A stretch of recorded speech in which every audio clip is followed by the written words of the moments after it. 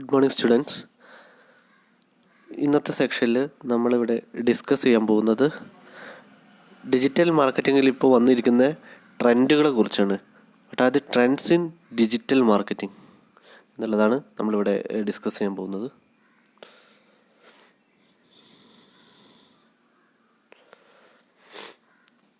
അതിൽ വന്ന മേജർ ട്രെൻഡുകളാണ് ഇവിടെ കൊടുത്തിരിക്കുന്ന 10 voice search, chat, micro moments, augmented and virtual reality marketing, live videos, more stories, artificial intelligence and machine learning, email marketing, rich lead profiling, browser push notification, content personalisation. ഇത്രയാണ് digital മാർക്കറ്റിങ്ങിൽ ഈ ഇടയായിട്ട് അല്ലെങ്കിൽ ഈ മോഡേണായിട്ട് വന്നിരിക്കുന്ന മേജറായിട്ടുള്ള, ഇതിലും കൂടുതലുണ്ട്, ഇതാണ് മേജറായിട്ടുള്ള ടൈപ്സ് ഓഫ് അല്ലെങ്കിൽ trend in digital marketing എന്ന് പറയുന്നത്. അപ്പം ഈ 10 ഏതാണെന്ന് നമുക്ക് കൂടുതലായിട്ട് എക്സ്പ്ലെയിൻ ചെയ്ത് വെക്കാം.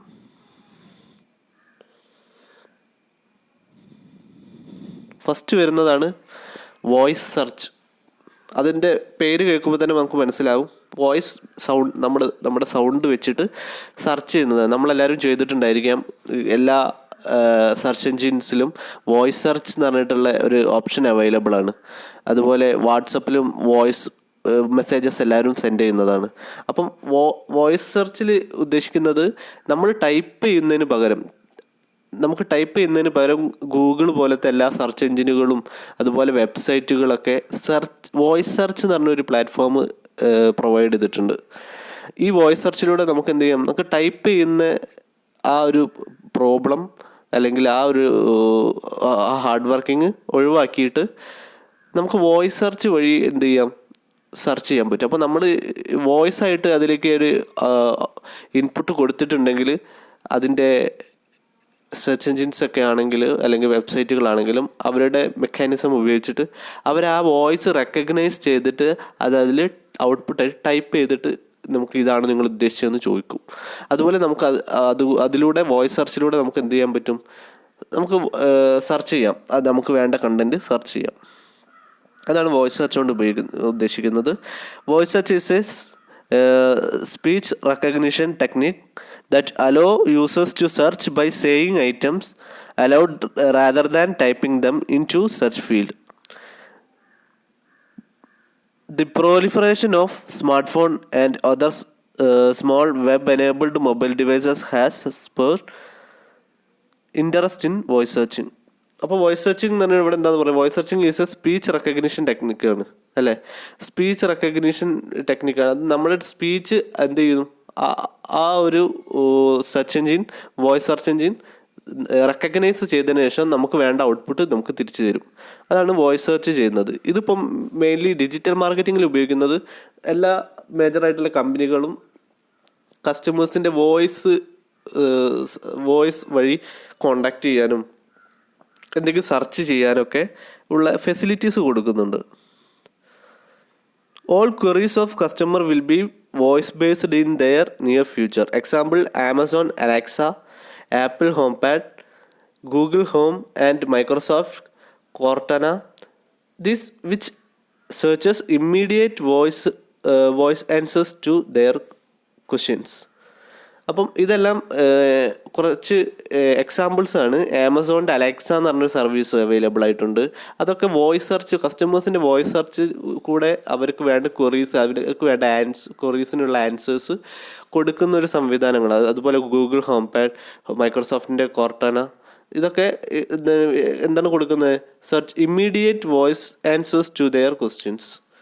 അതിൻ്റെ ഒരു പിക്ചറാണ് താഴെ കൊടുത്തിരിക്കുന്നത്. അപ്പം എല്ലാ ഒരുവിധം ഉള്ള വലിയ ലീഡ് ചെയ്യുന്ന കമ്പനീസ് എല്ലാം ഇപ്പം വോയിസ് സെർച്ച് ഫെസിലിറ്റീസ് പ്രൊവൈഡ് ചെയ്യുന്നുണ്ട്. അതിലൂടെ നമുക്ക് എന്ത് ചെയ്യാൻ പറ്റും, നമുക്ക് എന്തൊക്കെ ക്വറീസ് ഉണ്ടോ, ഇപ്പം എത്ര പ്രൈസ് അല്ലെങ്കിൽ പ്രൈസിനെ കുറിച്ചിട്ടുള്ള ലൊക്കേഷൻ, അതേക്കുറിച്ചുള്ള ഇൻഫർമേഷൻ, എന്ത് ഇൻഫർമേഷൻ ആണെങ്കിലും നമുക്ക് വോയിസ് സെർച്ചിലൂടെ അവരായിട്ട് കമ്മ്യൂണിക്കേറ്റ് ചെയ്യാൻ സാധിക്കും. അതിലൂടെ നമുക്ക് അതിനുള്ള ആൻസറും കിട്ടുന്നതായിരിക്കും. അപ്പോൾ ഇതിലൂടെ മെയിൻലി എന്താണ്, marketers can make use of these opportunities to deliver more targeted and specific content which lead to increase their customers. അപ്പോൾ ഇതിലൂടെ കസ്റ്റമേഴ്സിൻ്റെ സാറ്റിസ്ഫാക്ഷൻ നമുക്ക് മാർക്കറ്റേഴ്സിന് കൂടുതലായിട്ട് ഇമ്പ്രൂവ് ചെയ്യാൻ സാധിക്കും. നല്ല ഫെസിലിറ്റീസ് കൊടുക്കുമ്പോൾ കസ്റ്റമേഴ്സിന് അതിനനുസരിച്ചുള്ള സാറ്റിസ്ഫാക്ഷനും അവരോടുള്ള കമ്മിറ്റ്മെൻറ്റും കൂടും. അപ്പം ഒരുപാട് ടാർജറ്റഡ് ആയിട്ടുള്ള കസ്റ്റമേഴ്സിനെ കിട്ടാൻ ഇതിലൂടെയൊക്കെ സഹായിക്കും. ഇതുപോലെയുള്ള ടെക്നിക്കുകൾ വഴിയും ഒക്കെ ട്രെൻഡുകൾ വഴിയൊക്കെ സാധിക്കും. നെക്സ്റ്റ് വരുന്നതാണ് സ്മാർട്ട് ചാറ്റ്. നമ്മളെല്ലാവരും ചാറ്റ് ചെയ്യുന്നതാണ്, എല്ലാവർക്കും ഫെമിലിയർ ആയിട്ടുള്ളൊരു ടേമാണ് ചാറ്റ് അല്ലെങ്കിൽ ചാറ്റ് ബോക്സ് എന്നൊക്കെ പറയുന്നത്.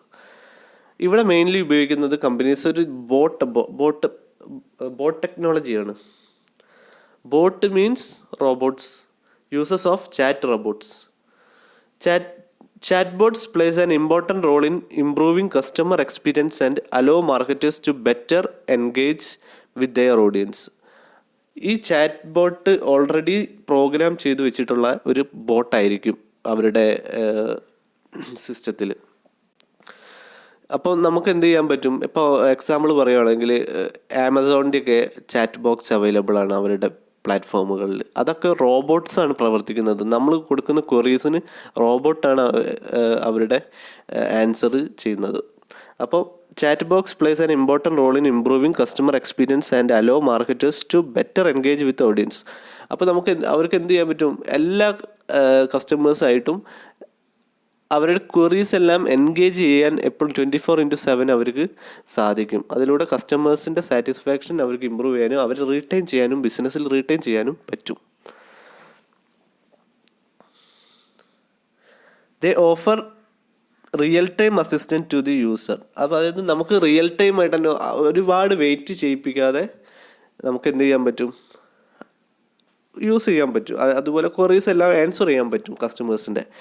അപ്പം ക്യൂയിങ് എന്ന് പറഞ്ഞൊരു സിസ്റ്റം അവിടെ വരില്ല. അതായത് കസ്റ്റമേഴ്സ് ഒരുപാട് നേരം കസ്റ്റമർ കെയർ എക്സിക്യൂട്ടീവ്സായിട്ട് സംസാരിക്കാൻ വേണ്ടി വെയിറ്റ് ചെയ്യുക, അങ്ങനത്തെ ഒരു പ്രശ്നം അവിടെ ഒഴിവാക്കി കിട്ടും. അപ്പം കസ്റ്റമേഴ്സിന് ഒരുപാട് അത് സഹായമായി മാറും. അല്ലെങ്കിൽ ഹ്യൂമൻ്റെ എഫേർട്ട് ഇവിടെ ഒരുപാട് വേണ്ടി വരും. ഇവിടെ റോബോട്ട്സിന് ഉപയോഗിച്ചപ്പോൾ എന്ത് ചെയ്യാൻ പറ്റും, ഹ്യൂമൻ എഫേർട്സും കുറയ്ക്കാൻ പറ്റും.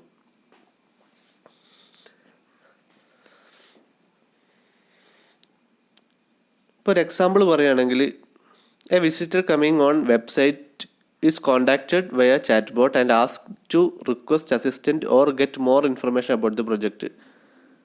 അപ്പം അതിൽ ഒരു വെബ്സൈറ്റിൽ ഒരു വിസിറ്റർ വന്നു, ചാറ്റ് ബോക്സിലൂടെ അവരൊരു അസിസ്റ്റൻ്റ് ഒരു ഇൻഫർമേഷൻ ചോദിച്ചു. അപ്പോൾ അതിൽ ചാറ്റ് റോബോട്ട് പറയും, ഇപ്പോൾ നിങ്ങൾ ഉദ്ദേശിക്കുന്നതാണെങ്കിൽ 1 പ്രസ് ചെയ്യുക, നിങ്ങൾ ഉദ്ദേശിക്കുന്നത് ഇതാണെങ്കിൽ രണ്ടാമത്തേത് പ്രസ് ചെയ്യുക എന്ന് പറഞ്ഞിട്ട് ഓപ്ഷൻസ് എല്ലാം കൊടുക്കും. അപ്പോൾ നമ്മൾ ഏതാണോ നമുക്ക് വേണ്ട ഒരു ഇൻഫർമേഷൻ അതിനുള്ള ഓപ്ഷൻസ് എല്ലാം അവിടെ കൊടുത്തിരിക്കും. ഇപ്പോൾ എക്സാമ്പിൾ പറയാം, എനിക്കിപ്പോൾ ഒരു ഇൻഫർമേഷൻ വേണ്ടത് എനിക്ക് റീഫണ്ടിനെ കുറിച്ചാണ്. ഞാനൊരു ഫ്ലൈറ്റ് ബുക്ക് ചെയ്തു, അതിൻ്റെ ക്യാൻസലേഷന് വേണ്ടിയിട്ട് റീഫണ്ടിനെ കുറിച്ചാണ് എനിക്ക് ഇൻഫർമേഷൻ വേണ്ടത് വെച്ചാൽ റീഫണ്ടിന് വെച്ചാൽ 2 അല്ലെങ്കിൽ അവിടെ ക്ലിക്ക് ചെയ്യുക എന്ന് പറയും.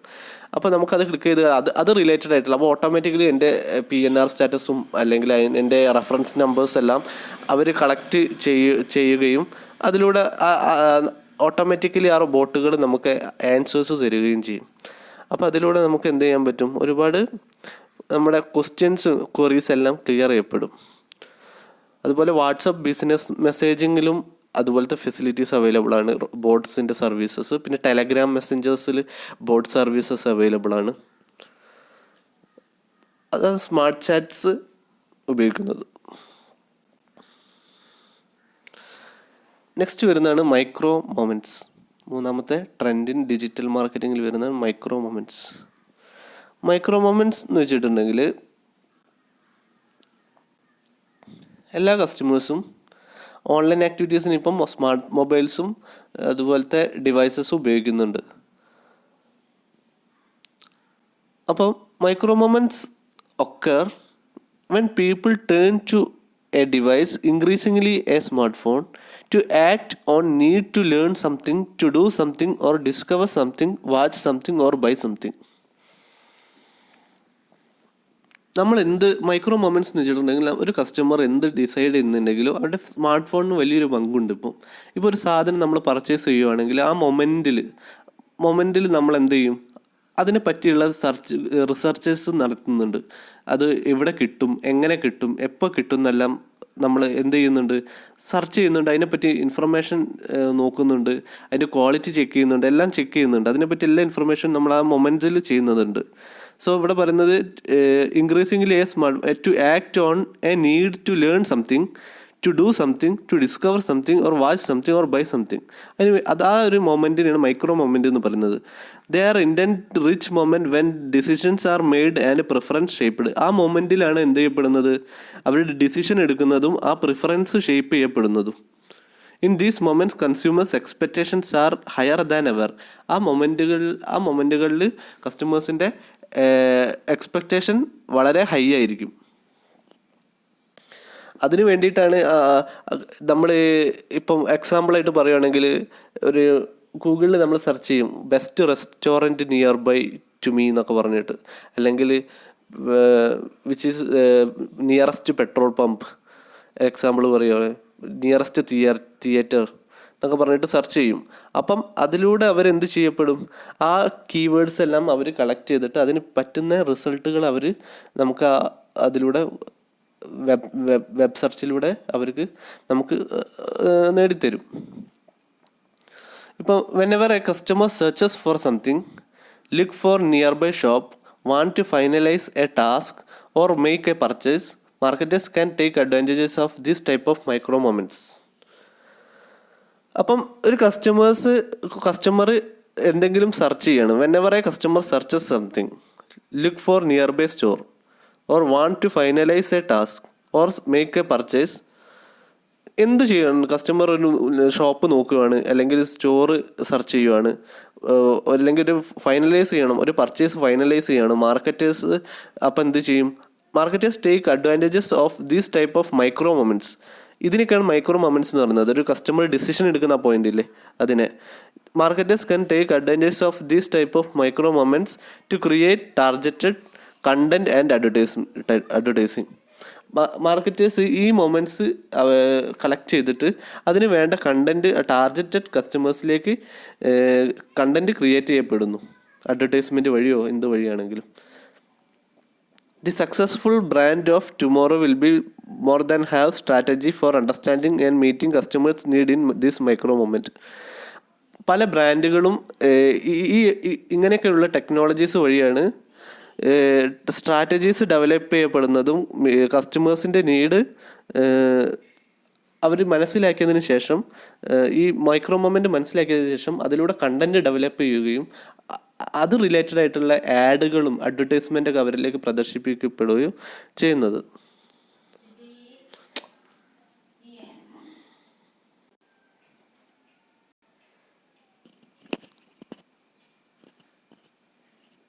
അപ്പോൾ ഇവിടെ നമുക്ക് കാണാൻ പറ്റും, ഒരു എക്സാമ്പിളാണ് ഇവിടെ കൊടുത്തിരിക്കുന്നത്. I want to know the moments when someone is exploring or searching or but it is not necessary in purchasing mode. I want to know, അയാൾക്ക് എന്തോ അറിയാൻ വേണ്ടിയിട്ട് സെർച്ച് ചെയ്യുമ്പോഴാണ്.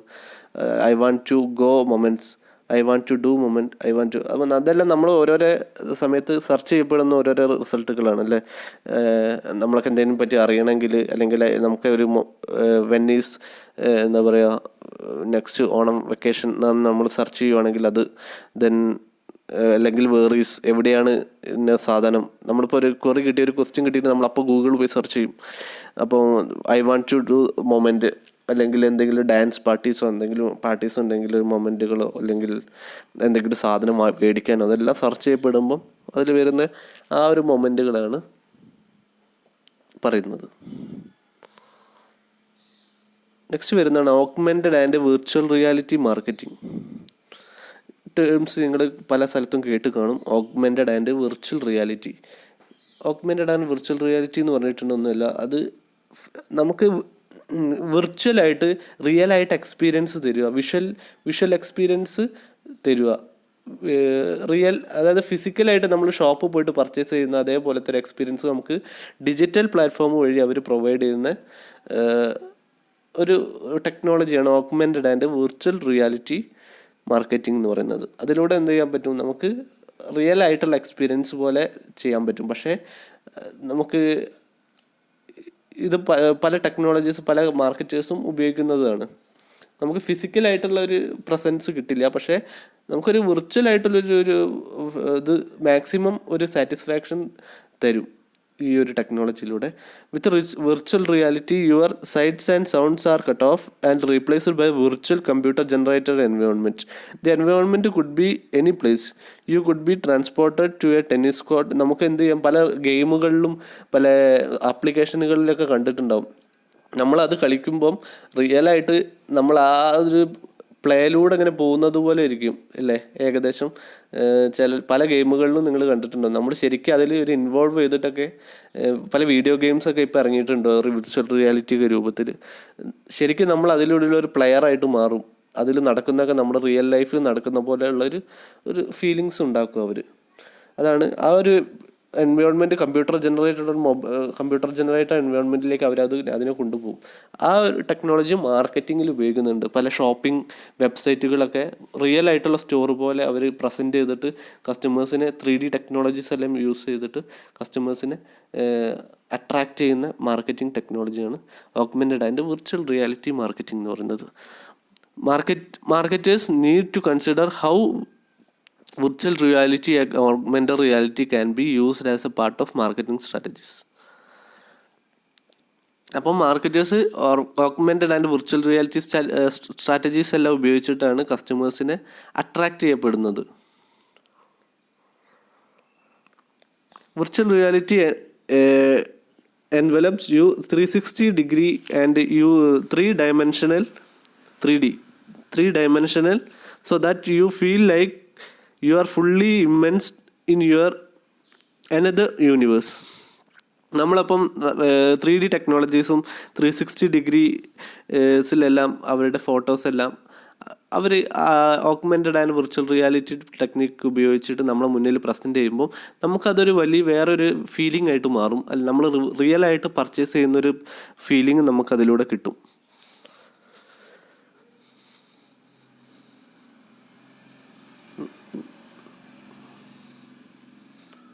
ഈ ഒരു ചിത്രം നിങ്ങൾ കണ്ടിട്ടുണ്ടായിരിക്കും. പല സ്ഥലത്തും പല ഗെയിമുകളെല്ലാം ഈ രൂപത്തിൽ കാണാൻ സാധിക്കും. നമുക്ക് ഓഗ്മെൻറ്റഡ് ആൻഡ് വിർച്വൽ റിയാലിറ്റി രൂപത്തിൽ നമ്മൾ ശരിക്കും അനുഭവിക്കുന്ന പോലെ അതുപോലത്തെ ഒരു ടെക്നോളജിയാണ് ഇവിടെ ഷോപ്പിംഗ് നടത്തുമ്പോഴും നമ്മൾ മൊബൈൽ ഡിവൈസ് ഉപയോഗിക്കുമ്പോൾ അവരുടെ ആ കമ്പ്യൂട്ടർ ജനറേറ്റഡ് എൻവയോൺമെൻറ്റ് ശരിക്കും ഒരു ഷോപ്പിൻ്റെ രൂപത്തിൽ അവർ ജനറേറ്റ് ചെയ്തിട്ടുണ്ടാവും. അതിലൂടെ നമുക്ക് മാർക്കറ്റ് അല്ലെങ്കിൽ പർച്ചേസ് ഡിസിഷൻ എല്ലാം പെട്ടെന്ന് എടുക്കാൻ സാധിക്കുന്നു. Virtual reality marketing allow companies to bridge gap between experience and action. Virtual reality marketing എന്ത് ചെയ്യും, അലോ കമ്പനീസിന് അതിൻ്റെ ഗ്യാപ്പ് നികത്തും. എക്സ്പീരിയൻസും അതിൻ്റെ ആക്ഷനും തമ്മിൽ റിയലായിട്ട് ഫിസിക്കലായിട്ട് നമ്മൾ നടത്തുന്നതും വീട്ടിലിരുന്ന് നടത്തുന്നതും തമ്മിലുള്ളൊരു അല്ലെങ്കിൽ വീട്ടിൽ ഫിസിക്കലായിട്ട് പോവാതെ നടത്തുന്നതും തമ്മിലുള്ളൊരു ഗ്യാപ്പ് വിർച്വൽ റിയാലിറ്റി കുറേയൊക്കെ അത് ഒഴിവാക്കാൻ സാധിക്കും വിർച്വൽ റിയാലിറ്റി വഴി. സാധാരണ ഒരു ഓൺലൈൻ ഒരു ഷോപ്പിംഗ് നടത്തുന്നതും നമ്മൾ നേരിട്ട് പോയി ചെയ്യുന്നതും വ്യത്യസ്തമായ ഫീലിംഗ് ആയിരിക്കും അല്ലേ. അപ്പം ആ ഒരു ഗ്യാപ്പ് ഒഴിവാക്കാൻ വേണ്ടിയിട്ടാണ് വിർച്വൽ റിയാലിറ്റി പ്ലാറ്റ്ഫോമുകൾ ഉപയോഗിക്കുന്നത്. നമുക്ക് നേരിട്ട് പോയ അനുഭവം തന്നെ വിർച്വൽ റിയാലിറ്റിയിലൂടെയും അവർ തരുന്നുണ്ടാവും. Companies can use virtual reality to offer a digital experience in place of physical one. അപ്പോൾ നമ്മൾ പറഞ്ഞു കമ്പനീസ് ക്യാൻ വിർച്വൽ റിയാലിറ്റി ഉപയോഗിച്ചിട്ട് ഡിജിറ്റൽ എക്സ്പീരിയൻസ് തരാൻ പറ്റും. ഫിസിക്കൽ എന്ന് വെച്ചാൽ നമ്മൾ നേരിട്ട് പോയിട്ട് പർച്ചേസ് ചെയ്യുന്നത്. അത് ഡിജിറ്റൽ രൂപത്തിൽ അവർക്ക് വലിയൊരു റിയൽ എക്സ്പീരിയൻസ് പോലെ തരാൻ പറ്റും ഈ ടെക്നോളജി ഉപയോഗിച്ചിട്ട്.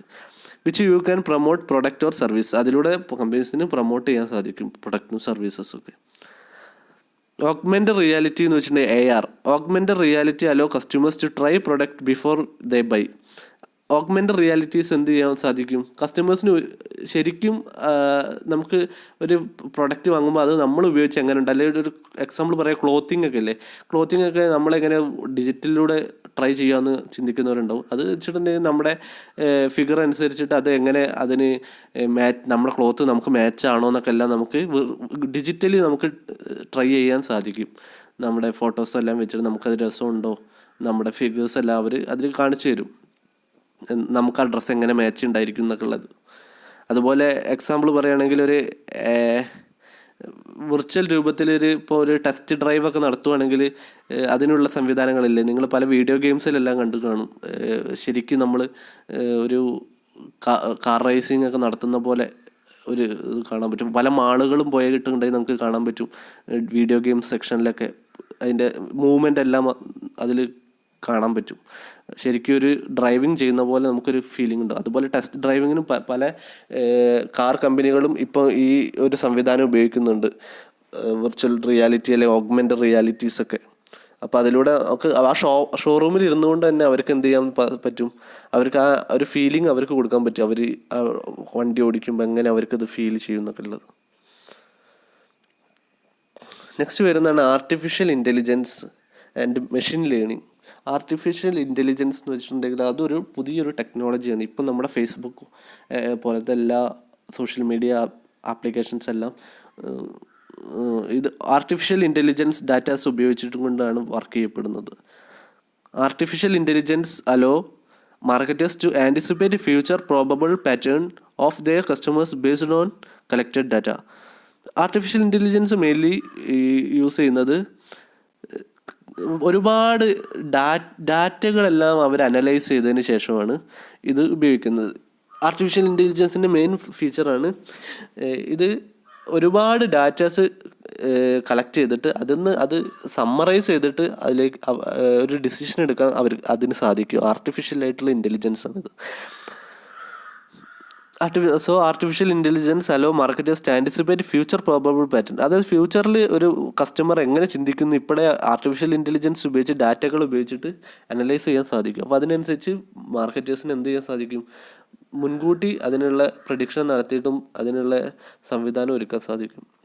With this data, marketers can determine how to better engage with active buyers using different channels such as direct mail, search outreach or digital ad.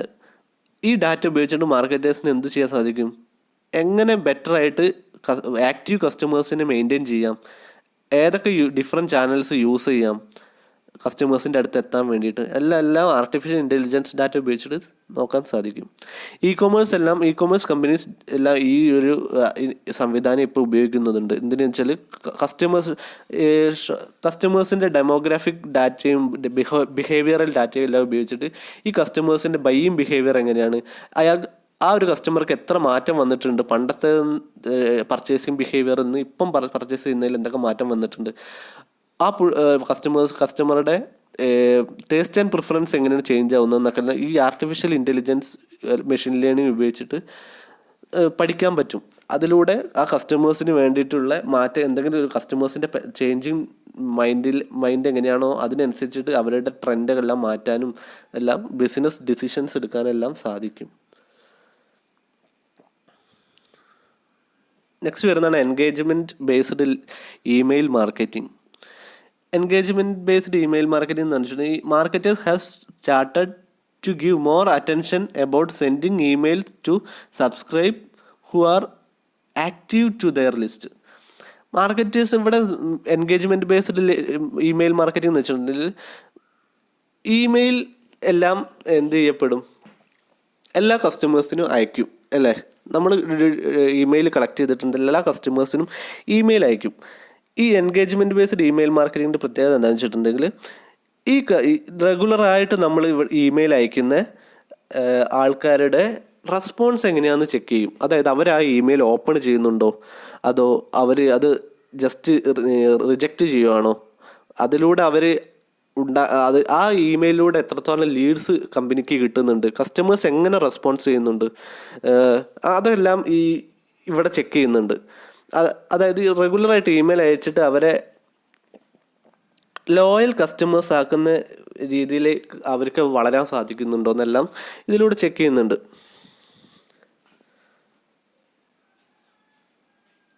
അപ്പം ഇവിടെ മെയിൻലി ചെക്ക് ചെയ്യുന്നത് എന്താ വെച്ചാൽ റെഗുലറായിട്ട് ഇമെയിലിന് റെസ്പോണ്ട് ചെയ്യുന്ന ഒരു കസ്റ്റമറെയും അല്ലാത്ത കസ്റ്റമറെയും വേർതിരിച്ചിട്ട് അവർക്ക് എന്ത് ചെയ്യാൻ പറ്റും, മാർക്കറ്റ് ചെയ്യാൻ സാധിക്കും. ഇപ്പോൾ റെഗുലറായിട്ട് നമ്മുടെ ഇമെയിൽ അയക്കുന്നുണ്ട്, അതിന് അവർ റെസ്പോണ്ട് ചെയ്ത് അവരുടെ ഇപ്പം നമുക്ക് കിട്ടുന്ന ഇമെയിൽ വഴി നമ്മൾ ആ ഒരു പ്ലാറ്റ്ഫോമിലേക്ക് എത്തുകയും അതിന് വേണ്ട റെസ്പോൺസ് അല്ലെങ്കിൽ ലീഡ്സ് കിട്ടുകയും ചെയ്യുകയാണെങ്കിൽ അവരെ ലോയൽ കസ്റ്റമേഴ്സ് ആക്കിയിട്ട് പ്രത്യേക സെഗ്മെൻ്റ് ആക്കി തിരിക്കും. അപ്പോൾ അതിലൂടെ എന്ത് നമുക്ക് ചെയ്യാൻ പറ്റും, സ്പെഷ്യലായിട്ട് നമുക്കൊരു ലോയൽ കസ്റ്റമേഴ്സിനും നമ്മളെ ഇമെയിലൊന്നും മൈൻഡ് ചെയ്യാത്ത വേറൊരു ടൈപ്പ് കസ്റ്റമേഴ്സിനും വേറെ ആയിട്ട് തിരിക്കാൻ പറ്റും. അപ്പോൾ നമ്മുടെ ലോയൽ കസ്റ്റമേഴ്സിനെ നമുക്ക് ടാർഗറ്റഡ് കസ്റ്റമേഴ്സായിട്ട് തിരിക്കാൻ സാധിക്കും. അത് അവർക്ക് വേണ്ട മെയിൽ പ്രത്യേകം കൊടുക്കാം. ബാക്കി ഇഗ്നോർ ചെയ്യുന്ന ടീംസിനുള്ള മെയിൽ നമുക്ക് ഫ്രീക്വൻ്റ് ആയിട്ട് മാത്രം കൊടുത്താൽ മതിയാവും. നമ്മുടെ ഡെയിലി നമ്മുടെ അപ്ഡേഷനിൽ ഇൻട്രസ്റ്റ് ഉള്ള കസ്റ്റമേഴ്സിന് നമുക്ക് അവരുടെ താല്പര്യം അനുസരിച്ചിട്ട് വേറെ ഇമെയിൽ വഴി അവരായിട്ട് കമ്മ്യൂണിക്കേറ്റ് ചെയ്യാൻ സാധിക്കും. ഇങ്ങനെ കാറ്റഗറൈസ് ചെയ്യണമെങ്കിൽ നമുക്ക് എന്ത് ചെയ്യാൻ പറ്റും, applications there are so many applications that allow them to do that. ഒരുപാട് അപ്ലിക്കേഷൻസും സോഫ്റ്റ്വെയർസും ഉപയോഗിച്ചിട്ട് നമ്മൾ അയക്കുന്ന ഇമെയിലിന് നമ്മുടെ കസ്റ്റമേഴ്സ് എത്രമാത്രം റെസ്പോണ്ട് ചെയ്യുന്നുണ്ട് എന്നുള്ളത് കണ്ടുപിടിക്കാൻ സഹായിക്കും. അതിലൂടെ ഇത് മെയിൻലി ഈ പ്ലാറ്റ്ഫോം ഉപയോഗിക്കുന്നത് കസ്റ്റമേഴ്സിൻ്റെ ബിഹേവിയറലെല്ലാം മനസ്സിലാക്കാനാണ്. നമ്മൾ അയക്കുന്ന ഇമെയിലുകൾ എങ്ങനെ റെസ്പോണ്ട് ചെയ്യുന്നു, എത്ര ലീഡ്സ് അതിലൂടെ കിട്ടുന്നു എന്നെല്ലാം മനസ്സിലാക്കി കസ്റ്റമേഴ്സിനെ തരംതിരിക്കാനാണ്. അപ്പോൾ അവരുടെ എൻഗേജ്മെൻറ്റ്, ആ ഇമെയിലിനുള്ള എൻഗേജ്മെൻറ്റ് ബേസ്ഡ് ആണ് ഇവിടെ മാർക്കറ്റിംഗ് ചെയ്യപ്പെടുന്നത്. അതാണ് എൻഗേജ്മെൻറ്റ് ബേസ്ഡ് മാർക്കറ്റിംഗ് എന്ന് പറഞ്ഞിട്ടുള്ളത്, email marketing. Then rich lead profiling. Rich lead profiling എന്ന് വെച്ചിട്ടുണ്ടെങ്കിൽ data enrichment has become more and more important now due to companies that collect and manage complex data for millions of leads and business. ഇവിടെ data enrichment ആണ് mainly ഉപയോഗിക്കുന്നത്. Data enrichment എങ്ങനെ ഉപയോഗിക്കുന്നു, data enrichment has become more and more important due to companies that collect and manage complex. ഒരുപാട് ഡാറ്റകൾ നമുക്ക് ആവശ്യമുണ്ട് കമ്പനീസിൻ്റെ market ചെയ്യപ്പെടാൻ, കസ്റ്റമേഴ്സിന് തരംതിരിക്കാനും കസ്റ്റമേഴ്സിൻ്റെ പ്രൊഫൈൽ കിട്ടാനും നമുക്ക് അവരായിട്ട് കമ്മ്യൂണിക്കേറ്റ് ചെയ്യാനും ഒരുപാട് ഡാറ്റ ആവശ്യമുണ്ട്. അപ്പം ഒരുപാട് ഡാറ്റകൾ ഉപയോഗിച്ചിട്ടാണ് ഇവിടെ പ്രൊഫൈൽ എല്ലാം ക്രിയേറ്റ് ചെയ്യപ്പെടുന്നത്. Marketers use data enrichment to reveal more detail about their leads and personalize their approach when they approaching to contact them. Marketers എന്ത് ചെയ്യപ്പെടും, ഈ ഡാറ്റകളെല്ലാം യൂസ് ചെയ്തിട്ട് ഒരുപാട് ലീഡ്സ് അവരിൽ നിന്ന് ഉണ്ടാക്കാൻ ഈ ഡാറ്റ എൻറിച്ച്മെൻറ്റ് വഴി അവരെ ഹെൽപ്പ് ചെയ്യും. ഡാറ്റ എൻറിച്ച്മെൻറ്റ് മെയിൻലി ചെയ്യുന്നത് എന്താ വെച്ചാൽ നമുക്ക് ഒരുപാട് കസ്റ്റമേഴ്സിൻ്റെ ലീഡ്സ് ആവശ്യമുണ്ട്, നമുക്ക് അവരെ ഇമെയിൽ ചെയ്യാൻ അവരായിട്ട് കോൺടാക്റ്റ് ചെയ്യാനൊക്കെ വേണ്ടിയിട്ട്. ഈ ഡാറ്റ എന്ന് പറയുന്നത് ഏറ്റവും കൂടുതൽ ഇപ്പം മാർക്കറ്റ് ചെയ്യപ്പെടുന്ന ഒരു സംവിധാനം കൂടിയാണ്. അപ്പോൾ നമുക്ക് ആവശ്യമുള്ള ഡാറ്റകളെല്ലാം ഡാറ്റ എൻറിച്ച്മെൻറ്റ് ഈ വഴി അവർ കളക്ട് ചെയ്തിട്ട് എന്ത് ചെയ്യും, അവരെ ഡീറ്റെയിൽസ് എല്ലാം കളക്ട് ചെയ്തിട്ട് നമ്മൾ ആ കസ്റ്റമറായിട്ട് കോൺടാക്റ്റ് ചെയ്യുകയും നമുക്ക് അതിലൂടെ ഒരുപാട് കസ്റ്റമേഴ്സിനെ കിട്ടുകയും ചെയ്യുന്നു. അതിലൂടെ നമ്മുടെ ലീഡ് ഡെവലപ്പ് ആവുന്നുണ്ടാവും. The great advantages of data enrichment is that it remove any wrong inaccurate information that companies might have about a specific lead or his email, phone number or street address. ഈ data enrichment ഏറ്റവും വലിയ ഉപയോഗം എന്താണെന്ന് വെച്ചിട്ടുണ്ടെങ്കിൽ അത് wrong ആയിട്ടുള്ള ഇൻഫർമേഷനിലെല്ലാം erase ചെയ്തിട്ട് പ്രോപ്പറായിട്ടുള്ള ഒരു കസ്റ്റമറെ കുറിച്ചുള്ള ആക്ച്വൽ ആയിട്ടുള്ള ഇൻഫർമേഷൻ സ്റ്റോർ ചെയ്യപ്പെടും. അതിലൂടെ ഫോൺ നമ്പർ ആയാലും അവരുടെ ഇമെയിൽ ഐ ഡി ആയാലും അഡ്രസ്സ് ആയാലും ഒക്കെ തെറ്റായ ഇൻഫർമേഷൻസ് എല്ലാം റിമൂവ് ചെയ്തിട്ട് പ്രോപ്പറായിട്ടുള്ള ഇൻഫർമേഷൻ അതിൽ എന്ത് ചെയ്യും, അതിൽ ആഡ് ചെയ്യും. അത് ഒരുപാട് ഡാറ്റ സോഴ്സസ് വഴി ഇവർ കളക്ട് ചെയ്ത് വെച്ചിട്ടുള്ള ഒരുപാട് കസ്റ്റമേഴ്സിൻ്റെ ലീഡ്സ് പ്രൊഫൈലുകളായിരിക്കും അത്.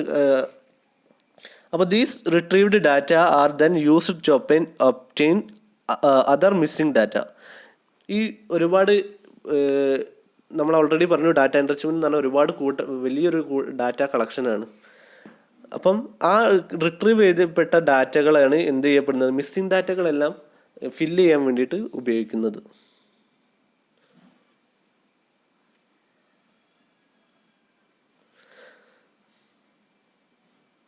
നെക്സ്റ്റ് വരുന്നതാണ് ബ്രൗസർ പുഷ് നോട്ടിഫിക്കേഷനും കണ്ടൻറ് പേഴ്സണലൈസേഷനും. ബ്രൗസർ പുഷ് നോട്ടിഫിക്കേഷൻ നിങ്ങൾക്ക് അറിയുന്നുണ്ടാവും. ബ്രൗസർ പുഷ് നോട്ടിഫിക്കേഷൻ എന്ന് വെച്ചിട്ടുണ്ടെങ്കിൽ നമ്മുടെ ഈ ക്രോം അല്ലെങ്കിൽ മൊസില്ല ഫയർഫോക്സ് അല്ലെങ്കിൽ വേറെ സഫാരി ഇതുപോലത്തെ വെബ് ബ്രൗസേഴ്സ് അറിയില്ലേ, അതിലെല്ലാം നമുക്ക് ഇടയ്ക്ക് നോട്ടിഫിക്കേഷൻ ഇങ്ങനെ വരാറുണ്ട്. ഓരോരോ ആമസോണിന് പുതിയ ഓഫേഴ്സ് വന്നിട്ടുണ്ട്, പുതിയ സെയിൽ നടക്കാൻ പോകുന്നു, ഫ്ലാഷ് സെയിൽ നടക്കാൻ പോകുന്നുണ്ട്, ഇത്ര ശതമാനം ഡിസ്കൗണ്ട് ബ്രാൻഡിങ് ക്ലോത്തിങ്ങിൽ വരുന്നുണ്ട് എന്നൊക്കെ പറഞ്ഞിട്ട്. അപ്പോൾ നോട്ടിഫിക്കേഷൻ നമ്മുടെ സൈഡിൽ ഇങ്ങനെ വരും. നമ്മളത് ബ്ലോക്ക് ചെയ്തിട്ട് ഓൾറെഡി ഉണ്ടെങ്കിൽ അത് വരില്ല. നമ്മൾ അലോ ചെയ്തിട്ടുണ്ടെങ്കിൽ നമുക്ക് ഏതൊക്കെ സൈറ്റുകളാണ് നമ്മൾ ഉപയോഗിക്കുന്നത്, ഇപ്പോൾ ഫ്ലിപ്കാർട്ട്, ആമസോൺസ് അല്ലെങ്കിൽ മിന്ത്ര, ഇതിലൊക്കെ ഓഫേഴ്സ് വരുമ്പോഴൊക്കെ നമുക്ക് സൈഡിലായിട്ട് നമ്മുടെ ക്രോമിൻ്റെ സൈഡിലായിട്ട് നമുക്ക് ഇങ്ങനെ നോട്ടിഫിക്കേഷൻ വരാൻ തുടങ്ങും. ഇത്ര ശതമാനം ഡിസ്കൗണ്ടിൽ സെയിൽ ചെയ്യപ്പെടുന്നുണ്ട് എന്ന് പറഞ്ഞിട്ട് അത് ക്ലിക്ക് ചെയ്ത് കഴിഞ്ഞാൽ നേരെ ആ വെബ്സൈറ്റിലേക്കായിരിക്കും പോകുന്നത്. അതാണ് ബ്രൗസർ പുഷ് നോട്ടിഫിക്കേഷൻ എന്ന് പറയുന്നത്. അതിലൂടെ എന്ത് ചെയ്യപ്പെടും, നമുക്ക് പുതിയ മാർക്കറ്റിങ്ങിൽ നമ്മുടെ പുതിയ വരുന്ന ഓഫേഴ്സ് എല്ലാം കസ്റ്റമറായിട്ട് സ്ഥിരം കസ്റ്റമേഴ്സായിട്ട് കോൺടാക്ട് ചെയ്യാൻ സാധിക്കും. അപ്പോൾ കസ്റ്റമേഴ്സിന് ആവശ്യമുള്ള ലിങ്ക് ക്ലിക്ക് ചെയ്ത് കഴിഞ്ഞാൽ അവർ നേരിട്ട് അവരുടെ ആ പ്ലാറ്റ്ഫോമിലേക്ക് കൊണ്ടുപോകും. അതാണ് ബ്രൗസർ പുഷ് നോട്ടിഫിക്കേഷൻ. ആ നോട്ടിഫിക്കേഷൻ ഓഫാക്കി വെച്ച് കഴിഞ്ഞാൽ നമുക്ക് ആ നോട്ടിഫിക്കേഷൻ ഒന്നും കിട്ടുന്നതല്ല. നെക്സ്റ്റ് വരുന്നതാണ് കണ്ടൻറ് പേഴ്സണലൈസേഷൻ. കണ്ടൻറ് പേഴ്സണലൈസേഷൻ എന്ന് വെച്ചിട്ടുണ്ടെങ്കിൽ ഇവിടെ പേഴ്സണലൈസ് ആയിട്ട് കണ്ടൻറ് ഡെവലപ്പ് ചെയ്യുകയാണ്. അതായത് പല കസ്റ്റമേഴ്സും ഡിഫറെൻ്റ് ആയിരിക്കും, ഒരാളും മറ്റൊരാളിൽ നിന്ന് ഡിഫറെൻ്റ് ആയിരിക്കും. അപ്പം ഒരേ ക്യാരക്ടറുള്ള കസ്റ്റമേഴ്സിനെ കാറ്റഗറൈസ് ചെയ്തിട്ട് അവർക്ക് വേണ്ട കണ്ടൻറ്റ് അവരുടെ ക്യാരക്ടർ അനുസരിച്ചിട്ട് അവരുടെ ബിഹേവിയർ എല്ലാം അനുസരിച്ചിട്ട് അവരിലേക്ക് എത്തിക്കുക എന്നുള്ളതാണ്. എല്ലാവർക്കും ഒരേ ഇൻഫർമേഷൻ കൊടുക്കാതെ, ഇപ്പം എന്താ പറയുക, വുമൻ ക്ലോത്തിങ് സെക്ഷനാണ് ഉള്ളത് വെച്ചാൽ അത് ഗേൾസിനാണ് മെയിൻലി ആവശ്യം വരുന്നത്. ലേഡീസ് ആൻഡ് ഗേൾസ് എല്ലാവർക്കുമാണ് അത് ആവശ്യം വരുന്നത്, ഫീമെയിലിനാണ്. അപ്പം അതൊരു മെയിൽ ബൈയിങ് ബിഹേവിയർ ആയിട്ടുള്ള ഒരാൾക്ക് അത് ആവശ്യമില്ല. അപ്പോൾ അവർക്ക് അത് എന്ത് ചെയ്യാം, പേഴ്സണലൈസ് ആയിട്ടുള്ള അത് അയക്കേണ്ട ആവശ്യമുണ്ട്. ഇപ്പോൾ ഫീമെയിൽസാണ് അത് ആ ഒരു ഏരിയയിൽ, ഇപ്പം എക്സാമ്പിൾ പറയാം, ലിപ്സ്റ്റിക്ക് അല്ലെങ്കിൽ അവരുടെ കോസ്റ്റ്യൂംസ് എല്ലാം, ലേഡീസ് കോസ്റ്റ്യൂംസ് എല്ലാം ആ ഒരു കാറ്റഗറിയുള്ള ആൾക്കാർക്കാണ് ആവശ്യമുള്ളത്. ഇപ്പം അത് മെയിൽസിന് അത് ആവശ്യം വരുന്നില്ല. അപ്പം നമുക്കവിടെ എന്ത് ചെയ്യുന്നത്, അവരുടെ ബൈയിങ് ബിഹേവിയർ എല്ലാം അനലൈസ് ചെയ്തതിന് ശേഷം കാറ്റഗറൈസ് ചെയ്തിട്ട് കണ്ടൻറ്റ് ആവശ്യമുള്ളവരിലേക്ക് മാത്രം എത്തിക്കുക, ആവശ്യമില്ലാത്തവരിലേക്ക് എല്ലാം അത് ഒഴിവാക്കിയിട്ട്. അതാണ് കണ്ടൻറ്റ് പേഴ്സണലൈസേഷൻ. അതിലൂടെ personalising or customising content for audience relies on visitors data in order to deliver relevant content. നമ്മൾ ആ ഡാറ്റ ഉപയോഗിച്ചിട്ട് എന്ത് ചെയ്യും, അവരവർക്ക് ആവശ്യമുള്ള കണ്ടൻറ്റ് ഡെവലപ്പ് ചെയ്തിട്ട് അവരിലേക്ക് എത്തിക്കുക. അപ്പോൾ അതിലൂടെ കസ്റ്റമേഴ്സിന് ലീഡ്സ് കിട്ടും, കസ്റ്റമേഴ്സ് അതിലൂടെ സാറ്റിസ്ഫൈ ചെയ്യും. ഇപ്പം നമ്മുടെ ടേസ്റ്റ് ആൻഡ് പ്രിഫറൻസിനനുസരിച്ച് നമുക്കൊരു നോട്ടിഫിക്കേഷനോ അല്ലെങ്കിൽ ഒരു കണ്ടൻറ്റോ കിട്ടുവാണെങ്കിൽ നമ്മൾ എന്തായാലും അതിൽ പോയിട്ട് അത് ചെക്ക് ചെയ്യും. അപ്പോൾ നമുക്ക് താല്പര്യമില്ലാത്തൊരു ഏരിയ എന്നാണ് ഒരു നോട്ടിഫിക്കേഷൻ വരുന്നത് വെച്ചാൽ നമ്മൾ ആ ഭാഗത്തേക്ക് നോക്കില്ല. അതാണ് കണ്ടൻറ്റ്. അവരവരുടെ കണ്ടൻറ്റ് പേഴ്സണലൈസേഷൻ ആയിട്ടുള്ള താല്പര്യം മനസ്സിലാക്കിയിട്ട് മാർക്കറ്റേഴ്സ് മനസ്സിലാക്കിയിട്ട് അതിനനുസരിച്ച് അവർ കണ്ടൻറ്റ് ഡെവലപ്പ് ചെയ്ത് ആ കസ്റ്റമേഴ്സിലേക്ക് എത്തിക്കുന്നതിനെയാണ് കണ്ടൻറ്റ് പേഴ്സണലൈസേഷൻ എന്ന് പറയുന്നത്. ഇത്രയാണ് 10 ഏരിയാസ് പറയുന്നത്. അപ്പോൾ നമ്മളിപ്പോൾ പറഞ്ഞിരിക്കുന്നത് 10 ഏരിയാസുകളാണ്. അത് first voice search, then smarter chat, micro moment, augmented and virtual reality, then artificial intelligence, machine learning, engagement based email marketing, rich lead profiling, browser push notification, content personalisation. ഇത്രയും സംഭവങ്ങൾ നമ്മൾ, അതായത് ട്രെൻഡ്സ് ഇൻ ഡിജിറ്റൽ മാർക്കറ്റിങ്ങിൽ പറഞ്ഞു കഴിഞ്ഞു. അപ്പം അതെല്ലാം ബുക്കിൽ നോക്കിയിട്ട് കൂടുതലായിട്ട് വായിച്ച് ഡൗട്ടുള്ളത് ക്ലിയർ ചെയ്യുക. അത്രയാണ് ഈ സെക്ഷനിൽ നമുക്ക് പറയാനുള്ളത്. Okay, thank you.